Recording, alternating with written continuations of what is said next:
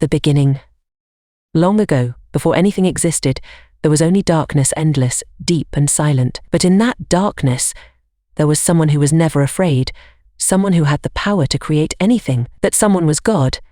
He looked into the darkness, and with a voice full of power, he said, "Let there be light." Instantly, light burst forth, splitting the darkness in half. The light was warm and bright, while the darkness remained cool and mysterious. God smiled and called the light day and the darkness night. It was the very first day, and it was perfect.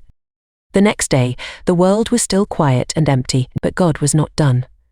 He wanted something more. With another mighty word, he spoke, "Let the sky appear." And just like that, the blue sky spread out like a huge, endless blanket. Below the sky was water, as far as the eye could see. The sky was beautiful, and God loved it, but he knew the world needed more. He smiled to himself, knowing that something amazing was about to happen.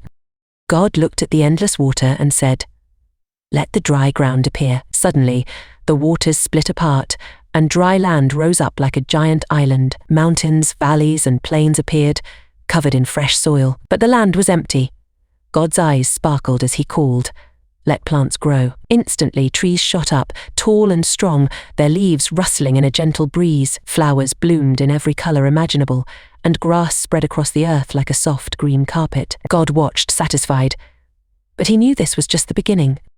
God then turned his attention to the sky. It was still and peaceful, but it lacked something. With a single word, God filled the sky with bright, shining lights. The sun appeared, lighting up the day with warmth, and the moon and stars came to life, twinkling in the night like tiny diamonds. The world was now a place of light and life, but God knew there was still something missing. He gazed at his creation and whispered, "It's time for movement." The earth held its breath, waiting for what was to come next.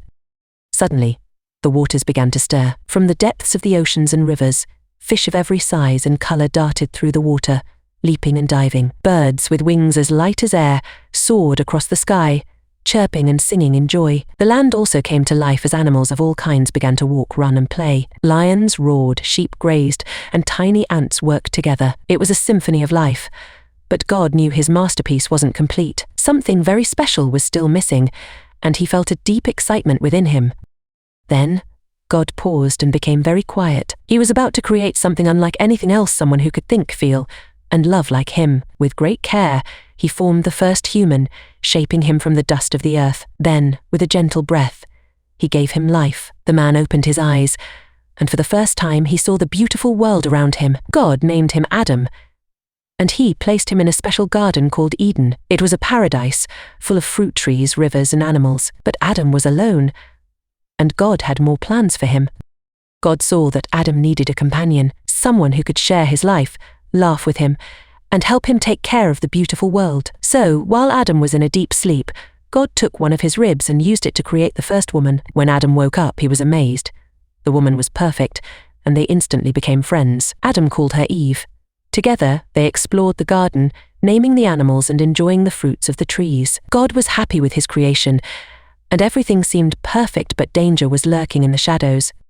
Not everything in the garden was peaceful. There was one tree, the tree of knowledge of good and evil, that God told Adam and Eve not to eat from. He warned them that if they ate from it, they would surely die. Adam and Eve obeyed at first, living in harmony with each other and with God. But deep in the garden, there was a serpent, cunning and sly. The serpent had its own plan, and it wanted to cause trouble. It slithered up to Eve one day and whispered in her ear, "Did God really say you must not eat from any tree in the garden?" Eve hesitated. She knew what God had said, but the serpent's voice was so smooth, so tempting. "We may eat from the trees," she replied, "but not from the one in the middle of the garden.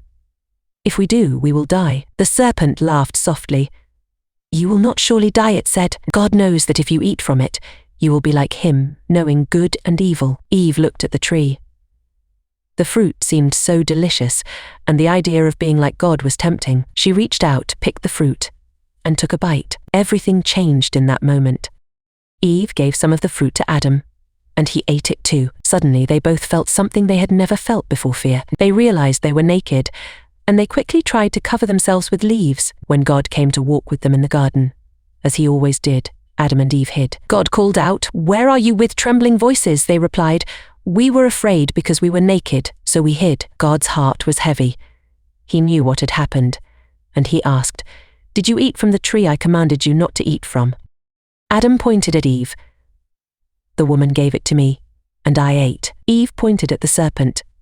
"The serpent tricked me, and I ate." God looked at the serpent, and with a powerful voice, he cursed it to crawl on its belly forever. Then God turned to Adam and Eve, his heart full of sorrow. "Because you disobeyed," he said, "life will now be hard. You will work for your food, and one day you will return to the dust from which you came." God had no choice but to send them out of the garden, but even in his sadness, he still loved them and gave them clothes to wear.